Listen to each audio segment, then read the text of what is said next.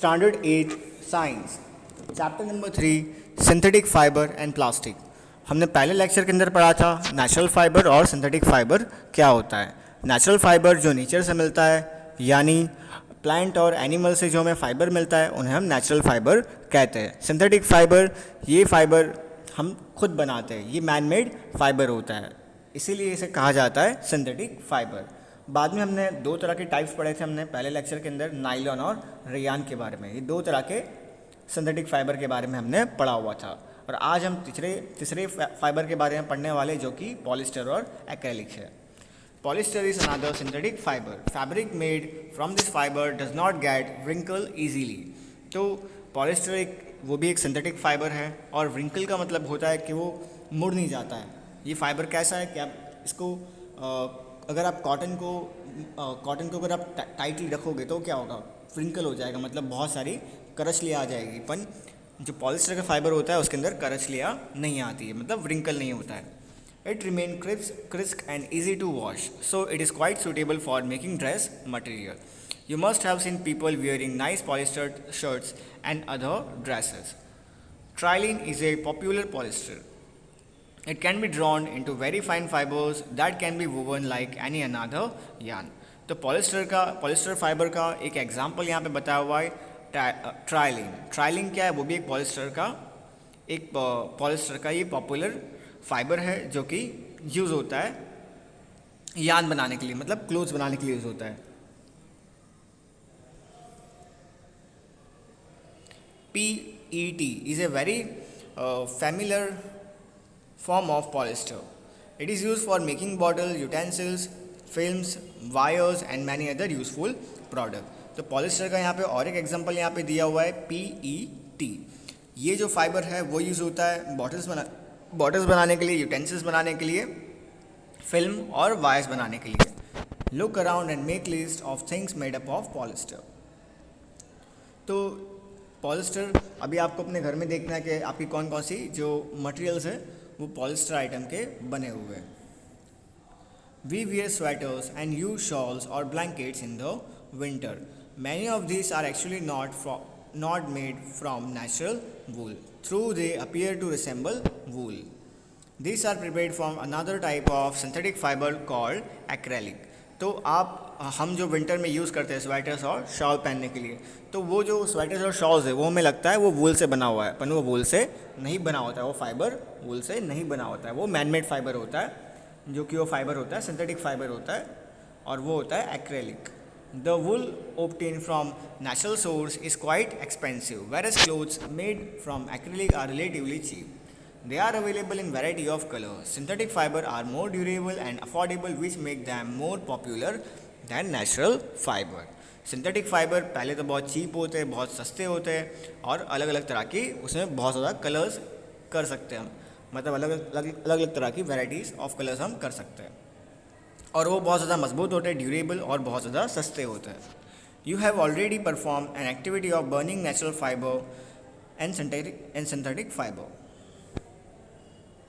What did you observe? When you burn synthetic fiber, you find that their behavior is different from that of natural fiber. तो जब हम जलाएंगे natural fibre को और synthetic fibre को, तो जो दोनों में जो आग निकलती है वो हमें ऑब्जर्व करनी है यहाँ पे, ठीक है। तो अभी आगे क्या होगा, जब हम जलाएंगे तब आगे क्या होगा देखते हैं. You must have notice that synthetic fibre melt on heating. तो सिंथेटिक फाइबर को आप जब जलाओगे तब क्या होगा, वो मेल्ट हो जाएगा. मेल्ट का मतलब क्या है, वो पिघल जाएगा हीटिंग के वक्त.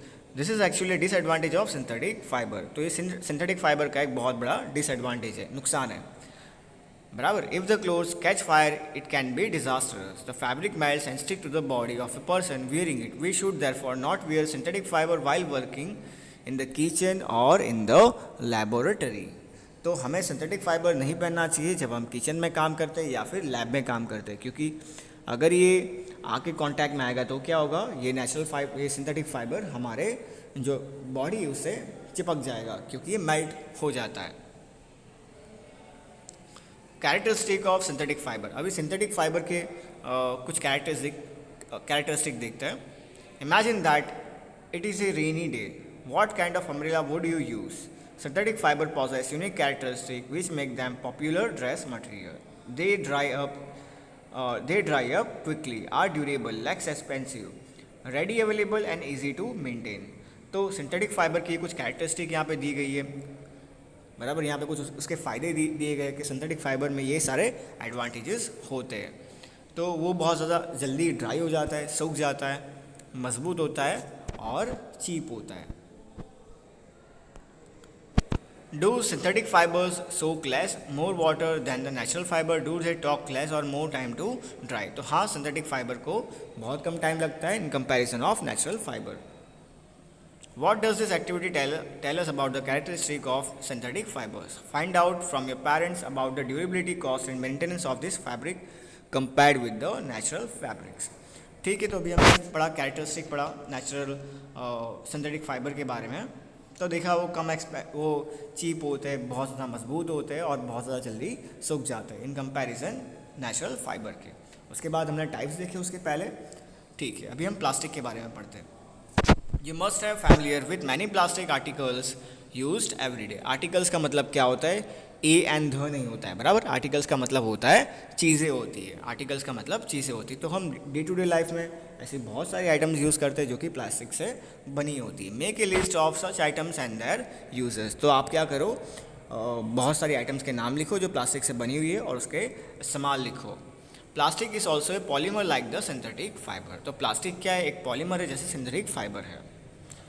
पॉलीमर का मतलब क्या होता है? बहुत सारे मोनोमर कंबाइन होते हैं तो बनता है पॉलीमर। मतलब बहुत सारे छोटे छोटे जो यहाँ पे दिए गए ना, यहाँ पे बॉक्स, ये क्या है? एक मोनोमर है जो कि अरेंज किया जाता है उनको लीनियर पैटर्न में, बराबर, या फिर क्रॉस लिंक पैटर्न में, और उससे क्या होता है? प्लास्टिक बनता है। All plastic do not have the same type of arrangement of unit, in some of its linear, varies in other it is a cross link. तो ए वाला दिया है वो लीनियर में अरेंज किया हुआ है ये प्लास्टिक के मोनोमर्स को जिससे पॉलीमर बन रहा है, और बी वाला के अंदर क्रॉस लिंक अरेंजमेंट है। Plastic article are available in all possible shape and size as you can see. तो देख सकते हो यहाँ पे आप कि प्लास्टिक के आर्टिकल्स, प्लास्टिक से बनी हुई चीज़ें कितनी सारी है और उसके अलग अलग तरह के इस्तेमाल है। Have you ever wondered how it is possible? The fact is that plastic is easily mountable, can be shaped in any form. Plastic can be recycled, reused, colored, melted, rolled into the sheets or made into the wires. This is why we find such a variety of uses. तो इसीलिए हमारे day to day life में plastic का इतना ज़्यादा इस्तेमाल होता है। प्लास्टिक का इस्तेमाल देखो, प्लास्टिक के बहुत सारे एडवांटेजेस हैं। रिसाइकल का मतलब क्या है? फिर से उसको जो प्लास्टिक, अगर ये प्लास्टिक आपको काम नहीं आ रहा है तो रिसाइकल के लिए दे दो, उससे आप एक नया तरह का चीज़ आपको मिल सकता है पुराने वाली चीज़ के बदले, जो कि आपको इस्तेमाल में आ सके। रीयूज़ का मतलब क्या है? उसको फिर से यूज़ करना। कलर का मतलब उसमें आप अलग अलग तरह के कलर्स कर सकते हो। मेल्टेड का मतलब उसको पिघला सकते हो, बराबर। वायर्स के अंदर इस्तेमाल आता है। तो प्लास्टिक के बहुत वैरायटी ऑफ यूजेस है। बाद में Polythene. Poly plus ethene is an example of plastic. It is used for making commonly used polythene bags. तो प्लास्टिक का एक एग्जाम्पल है पॉलीथीन। पॉलीथीन आप जानते होंगे, पॉलीथीन जो थैलियाँ होती है वो पॉलीथीन से बनी होती है। ये भी एक एग्जाम्पल है प्लास्टिक का। Now try to bend a piece of plastic yourself. Can all the plastic article be bent easily? क्या आप सारे के सारे प्लास्टिक मटेरियल को आप इजीली बैंड कर सकते हो? तो हाँ, बैंड कर भी सकते हो और ना नहीं भी बैंड कर सकते हो। कुछ प्लास्टिक बहुत मजबूत होते हैं और कुछ प्लास्टिक इतने मजबूत नहीं होते हैं। You will observe that some plastic articles can bend easily while some break when forced to bend. When we add hot water to a plastic bottle, it gets deformed. Such plastic which get deformed easily on heating can be bent easily are known as thermoplastic. Polythene and PVC are example of this thermoplastic. These are used for manufacturing toys, combs and various type of container. तो thermoplastic ये ऐसे तरह के plastic होते हैं जिसको आप band कर सकते हो, राइट। जैसे कि पॉलीथीन, पीवीसी, ये सारे टॉयज़, कॉम्ब, ये सारे के सारे एग्जाम्पल है थर्मोप्लास्टिक के। ऑन द अदर हैंड, अभी यहाँ पे देखो, ये आप रीड करना थर्मोसेटिंग के बारे में, बराबर। थर्मोसेटिंग में यहाँ पे क्या दिया हुआ है? अभी ऐसे प्लास्टिक है जो बैंड नहीं होता है। On the other hand there are some plastic which we when mounted ones can not be soften by heating, तो आप उसको मोड़ नहीं सकते हो।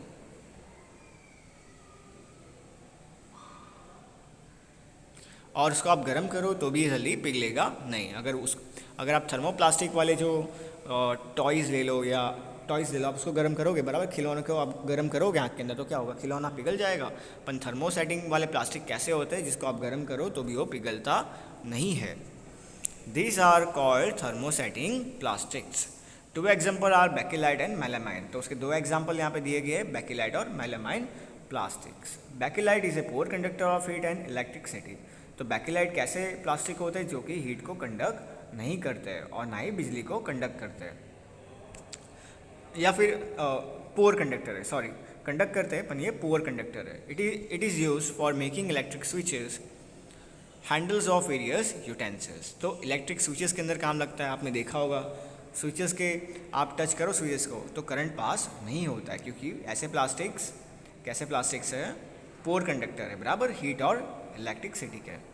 बाद में it is use for making electric switches, handle of various utensils. Melamine is a very versatile material.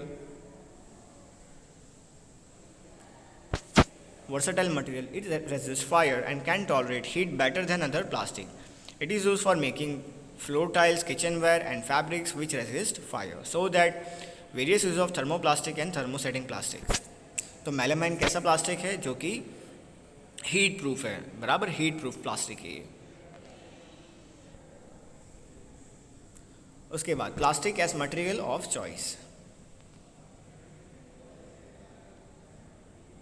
Plastic ही हमारा पहला चॉइस क्यों है, तो उसके बहुत सारे रीजंस हैं, वो हम पढ़ने वाले अभी। Today we think of storing a food item, water, milk, pickles, dry fruit. Plastic containers seem most convenient, and this is because of their lightweight, low price, good strength and easy handling. Being lighter as compared to metal, plastic are used in cars, aircraft and spacecraft too. The list is endless if we start counting articles like slippers, furniture and decoration pieces, etc. Now let us discuss the characteristic properties of plastic. तो plastic के बहुत सारे advantage हैं, बहुत सारे advantages हैं, जैसे कि लाइटर होता है, मेटल के कंपैरिजन में कम वज़नदार होता है, अच्छी स्ट्रेंथ होती है, मजबूत होता है, उसके बाद कम प्राइस होता है, उसके बाद वो कार्स में, हवाई जहाज़ के लिए, स्पेस क्राफ्ट के लिए भी यूज़ होता है, और इवन स्लीपर्स में भी प्लास्टिक का इस्तेमाल होता है। तो प्लास्टिक के ऐसे बहुत सारे एग्जाम्पल, मतलब बहुत सारे यूज़र्स है। अभी यहाँ पे कुछ कैरेक्टरिस्टिक दिए गए, मैं आपको बता देता हूँ, ठीक है। Plastic is non reactive. Plastic क्या है? नॉन रिएक्टिव है। नॉन रिएक्टिव का मतलब क्या होता है, देखो अभी आपने रीड करना है इस बारे में, मैं आपको समझा देता हूँ यहाँ पे क्या लिखा हुआ है। नॉन रिएक्टिव का मतलब होता है कि जैसे लोहा है वो जंग खा जाता है, बराबर, अगर वो मॉइस्चर के कांटेक्ट में आता है, पर प्लास्टिक अगर हवा के कांटेक्ट में आएगा तो वो जंग नहीं खाएगा। तो ये एक एडवांटेज है प्लास्टिक के पास। बाद में क्या है, प्लास्टिक लाइट है, स्ट्रॉन्ग है और ड्यूरेबल है। प्लास्टिक लाइट होता है, मेटल के कंपैरिजन में मजबूत होता है, और ड्यूरेबल का मतलब क्या होता है कि लंबा भी चलता है। इसीलिए हमारे डे टू डे लाइफ में प्लास्टिक का बहुत इस्तेमाल होता है। Plastic are poor conductor. Plastic क्या है? पुअर कंडक्टर है। तो ये भी अच्छी बात है, पुअर कंडक्टर है हीट और इलेक्ट्रिसिटी का, इसीलिए ना स्विचेस के अंदर इस्तेमाल होता है। बाद में जो कुकर होता है उसके जो बाहर का हिस्सा होता है ब्लैक है, कुकर्स के जो बाहर का हिस्सा होता है ब्लैक होता है, आपने देखा होगा, जहाँ से हम पकड़ते हैं, हमारी मम्मी हमारी पकड़ती है ना, वो कुकर का जो बाहर का जो हिस्सा होता है वो भी किससे बना होता है? प्लास्टिक से बना होता है। और प्लास्टिक क्या करता है? जल्दी हीट को पास ऑन नहीं करता है। अगर मेटल होता तो क्या होता? हीट को पास ऑन कर देता। तो ये भी एक अच्छी चॉइस है हमारी, है ना, प्लास्टिक को यूज़ करना। अभी प्लास्टिक के बहुत सारे फ़ायदे, अभी इसको नुकसान क्या है, प्लास्टिक एंड द इन्वायरमेंट। अभी प्लास्टिक के प्लास्टिक एंड द इन्वायरमेंट, ठीक है। प्लास्टिक का डिसएडवांटेज क्या है? एक ही डिसएडवांटेज यही है कि प्लास्टिक टाइम के साथ ना डिकम्पोज नहीं होता है। देखो दो तरह के मटेरियल होते हैं। एक मटेरियल कैसे होते हैं? बायोडिग्रेडेबल होते हैं। बायोडिग्रेडेबल का मतलब क्या है? टाइम के साथ वो चीज़ें गायब हो जाती है। मतलब क्या, उसके ऊपर कुछ बैक्टीरिया बैठते हैं, उसको बाद में डिकम्पोज करते हैं और आपने पढ़ा होगा पहले भी बराबर डिकम्पोजिशन के बारे में। बैक्टीरिया बैठते हैं वो चीज़ों के ऊपर उसको डिकम्पोज करते हैं और बाकी जो मिनरल्स है उसको सॉइल के अंदर रिलीज़ कर डालते हैं। उससे क्या होता है, अभी केले का छिलका वो 1 महीने में यहाँ पे है, तो 6 महीने में आपको केले का छिलका वहाँ पे नहीं दिखेगा। तो ये क्या है, एक तरह से देखा जाए तो ये जो केले के जो छिलके मिनरल्स है ना, न्यूट्रिएंट ना, उसको डिकम्पोज कर रहे हैं बैक्टीरिया और उसको फिर से सॉइल के अंदर रिलीज़ कर रहे हैं, ताकि क्या हो रहा है, को बैक्टीरिया केले को छिलके को गायब कर डाल रहे कुछ टाइम के बाद। अभी नॉन बायोडिग्रेडेबल का मतलब क्या होता है बेटा, ऐसी चीज़ें होती है जो टाइम के साथ वो गायब नहीं होती है, जैसे कि प्लास्टिक की सबसे बड़ी प्रॉब्लम यही है कि वो नॉन बायोडिग्रेडेबल है। अभी यहाँ पे टेबल 3.6 के अंदर दिया हुआ है, टाइप ऑफ वेस्ट दिया हुआ है, कितना टाइम लगता है उसको गायब होने के अंदर या फिर कह सकते हैं डिकम्पोज होने में, और नेचर ऑफ मटेरियल दिया हुआ है। आप देख सकते हो सबसे नीचे लिखा है प्लास्टिक बैग बहुत सारे साल लगते हैं और ये नॉन बायोडिग्रेडेबल है। तो ये आप टेबल देख लेना अपने हिसाब से। Since plastic take several years to decompose, it is not environment friendly। तो प्लास्टिक को डिकम्पोज होने में बहुत सारे साल लगते हैं बराबर। इट कॉजेस इन्वायरमेंटल पॉल्यूशन, तो उससे क्या होता है, हमारे इन्वायरमेंट को बहुत ज़्यादा खतरा होता है। अगर वो जल्दी डिग्रेड हो जाते तो हमारी इतनी प्रॉब्लम नहीं होती है, पर अभी क्या है कि वो बहुत उनको सालों सालों का टाइम लगता है, इसलिए ये हमारे लिए हार्मफुल है। Beside the burning process in the synthetic fiber is quite slow and it does not completely burn easily. In the process, it releases lots of poisonous fume into the atmosphere causing air pollution. अगर इसका हम एक solution की तरफ जाए तो पहला solution इसका ये निकल के आ रहा है, चलो उसको जला दो, पर उससे क्या होगा, बहुत अलग अलग तरह की गैसेस निकलेगी जो हमारे एयर पॉल्यूशन की, जिससे क्या होगा, एयर पॉल्यूशन होगा। Avoid the use of plastic as far as possible. तो अभी क्या करना है हमें, इसका कोई सॉल्यूशन तो नहीं है अभी हमारे पास, तो हमें क्या करना है, इसका सॉल्यूशन यही निकल सकता है कि हमें कम से कम प्लास्टिक यूज़ करना चाहिए डे टू डे लाइफ में। बाद में making use of bags made up of cotton और jute when you go for shopping. तो कॉटन और जूट की बैग यूज़ करो, ये अच्छा है। The biodegradable and non biodegradable waste should be collected separately and dispose of separately. Practice this is in your home. Can you suggest some other ways in which you can contribute towards reducing the use of plastic material. क्या आपके पास और कोई तरीके जिससे हम plastic को कम से कम इस्तेमाल कर सकते हैं। It is better to recycle the plastic waste. तो हम क्या कर सकते हैं, यहाँ पे रिसाइकल कर सकते हैं। रिसाइकल का मतलब क्या, जो प्लास्टिक आपको काम नहीं आता उसको आप उसको साइड में रख सकते हैं। बाद में क्या होगा, वो प्लास्टिक फैक्ट्री के पास जाएगा और वो फैक्ट्री क्या करेगी, वो प्लास्टिक को कुछ और शेप दे देगी, कुछ और मटेरियल बना देगी वो प्लास्टिक का, ताकि हमें फिर से वो काम लग सके कुछ अलग अलग कामों के लिए। तो ये होता है recycle. Most of the thermoplastic can be recycled. Make a list of items that can be recycled. However, during recycling, certain coloring agents are added. This limit its uses, especially for storage of food. As a responsible citizen, remember the 4R principle: reduce, reuse, recycle, and recover. Develop habits which are environmental friendly. तो हमें एक जिम्मेदार नागरिक की तरह plastic को wisely use करना चाहिए बराबर। वाइजली का मतलब क्या, हमें उसका मिस यूज़ नहीं करना चाहिए प्लास्टिक का, और ये 4R प्रिंसिपल को फॉलो करना चाहिए। रिड्यूस का मतलब क्या है, प्लास्टिक का जितना हो सके इतना कम इस्तेमाल करो। रीयूज़ का मतलब क्या है, फिर से आप इस्तेमाल करो प्लास्टिक को कुछ अलग अलग कामों के लिए। बाद में रिसाइकल का मतलब क्या है, वो प्लास्टिक को आप दे दो, उससे क्या होगा, फैक्ट्रीज में जाएगा और एक नया तरह का प्लास्टिक बन के आ जाएगा। रिकवर का मतलब क्या है कि प्लास्टिक को आप फिर से कुछ और कामों के ले सकते हो, ये आपको देखना है। तो ये 4 तरह के जो प्रिंसिपल है 4R प्रिंसिपल, वो तो ये हमें 4R प्रिंसिपल को फॉलो करना है। रिड्यूस करो, कम से कम यूज़ करो प्लास्टिक का। रीयूज़ करो, फिर से इस्तेमाल करो प्लास्टिक का। रिसाइकल, फैक्ट्रीज में दे दो, फैक्ट्रीज से एक नया प्लास्टिक बन के आ जाएगा। या फिर रिकवर का मतलब क्या होता है, एक कहा जा सकता है रिकवर का मतलब रीपर्पस, आप वही प्लास्टिक को कुछ और अलग अलग तरह के कामों के लिए ले लो। तो ये 4R प्रिंसिपल आपको फॉलो करना है, उससे क्या होगा, प्लास्टिक का कम से कम वेस्टेज होगा। अगले लेक्चर के अंदर मैं आपको PDF फाइल सेंड कर दूंगा आंसर्स की।